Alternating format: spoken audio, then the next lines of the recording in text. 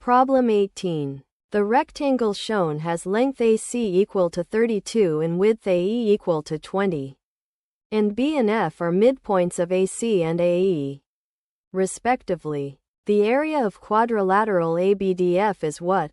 The choices are 320, 325, 330, 335, and 340. You can pause here and solve the problem before seeing the solution.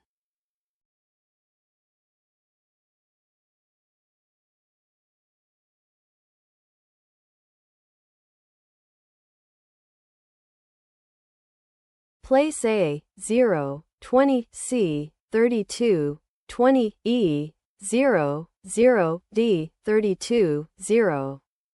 Shoelace on A, B, D, F. So the area of ABDF is 320, choice A.